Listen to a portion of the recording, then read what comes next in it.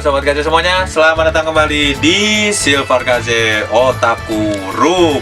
Dan Otaku Room kali ini KJ akan melanjutkan kembali membahas satu persatu episode dari Majono Tabi-Tabi atau bahasa Inggrisnya itu Wandering Witch ya. Ini menceritakan cerita tentang petualangan dari penyihir muda bernama Elaina ya. Elaina, oke?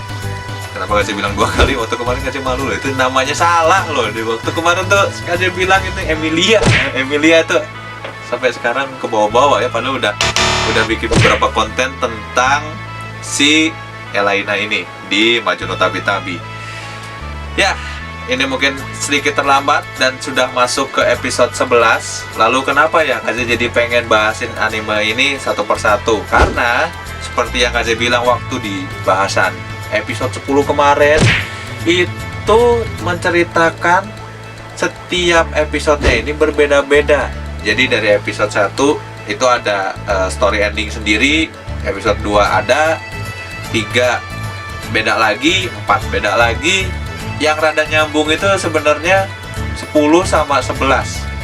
Soalnya dari closing terakhirnya si Sheila sama Fran itu mengingatkan pada kejadiannya mereka waktu masih kecil, di mana ada sebuah kotak milik perompak, bisa dibilang perompak kali ya, atau maling yang punya keberanian lebih karena bisa nyergap para penyihir.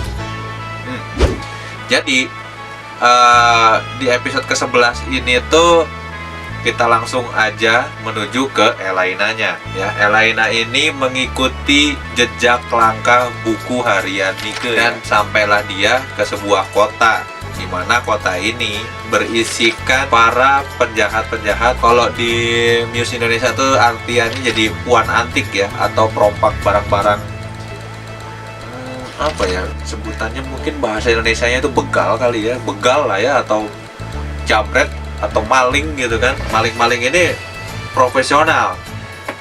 Di episode 10 beberapa tahun lalu, waktu Fran dan Sheila masih penyihir muda ya, sebelum disahkan dan memiliki julukan sihir, mereka ini pernah berhadapan dengan para perompak ini. Kemudian beberapa tahun kemudian ini Elaina lah yang datang ke tempat ini lalu berhadapan dengan para perompak ini.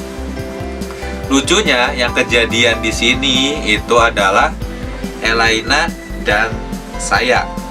Jadi sebelumnya nih KJ udah sempet sebelum nonton ini dapat bocoran, ada preview mengenai episode ke-11 ini tuh, kalau Elaina dan saya ini bertukar tubuh ya.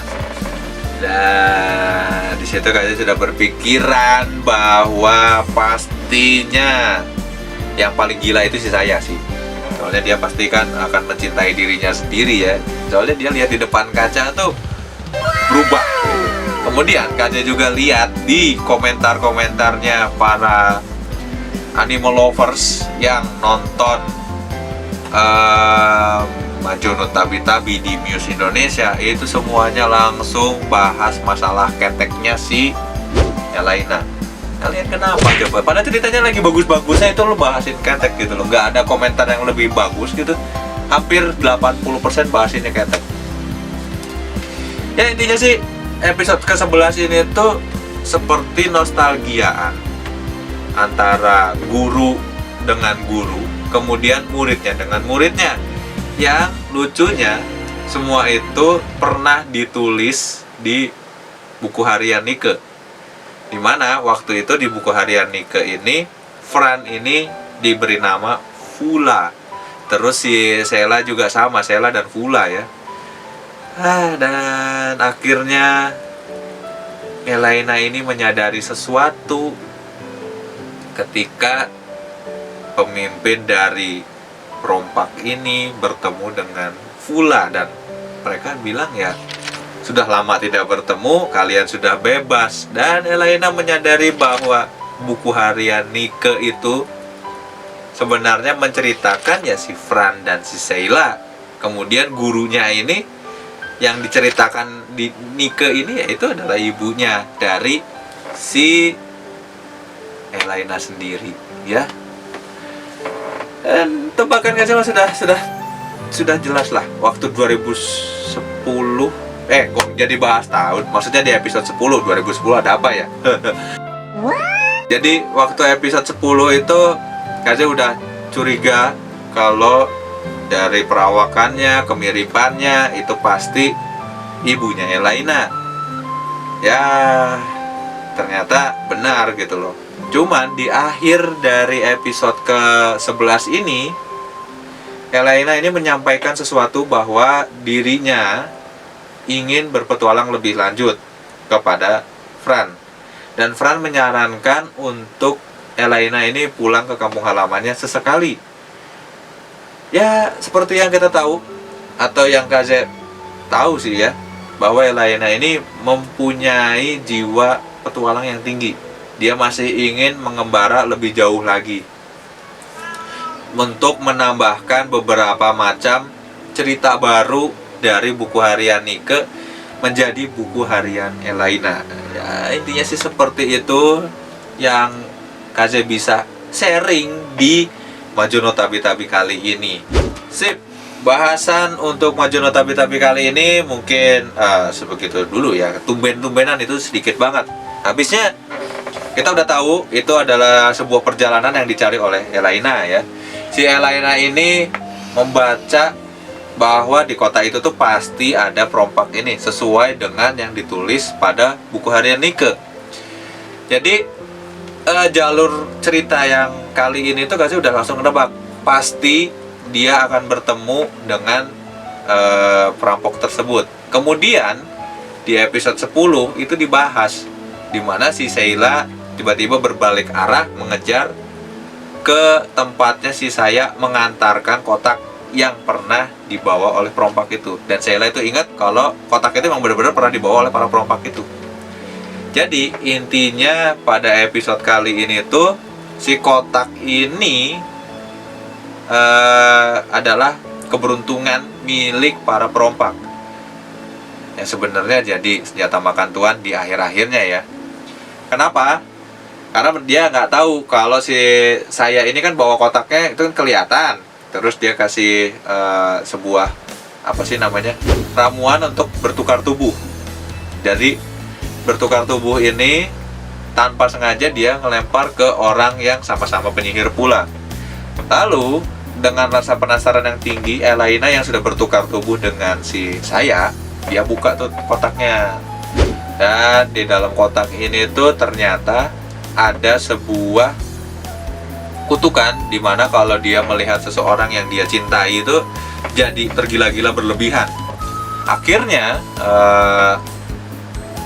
satu kota yang dipenuhi oleh para perompak ini semuanya itu jadi kacau. Kemudian mereka jadi saling mencintai satu dengan lain secara berlebihan, dan ada pun yang menolak berlebihan gitu. Dan ini pun menjadi kesempatan untuk para perompak ini mengambil barang-barang para penduduk di sana. Sheila dan Fran yang sadar tentang kotak tersebut itu segera meluncur ke kota itu, dan ternyata para perompak ini sudah diringkus oleh si Elaina dan Saya, yang artinya ini kegagalan untuk kedua kalinya oleh para si bandit-bandit itu kali ya. Jadi mereka gagal lagi untuk yang kedua kalinya, kalah lagi. Ya, pendapat Kaze sih untuk episode ke-11 ini mungkin anime ini jadi terlalu terlalu singkat banget. Terus kita juga jadi makin tahu ternyata yang membimbing Elaina ini sampai jadi pengembara itu secara tidak langsung adalah ibunya sendiri. Meskipun kelakuan ibunya agak sedikit aneh ya gitu menurut Fran dan Sheila selaku muridnya waktu mereka masih kecil gitu ya. Ini tuh jadi kayak apa ya? Nike tuh pengen berpetualang, tapi nggak mau petualangannya tuh berakhir di situ. dan dia berusaha untuk menyampaikan itu kepada Elaina yang anaknya sendiri gitu loh, untuk mengembangkan si cerita ini.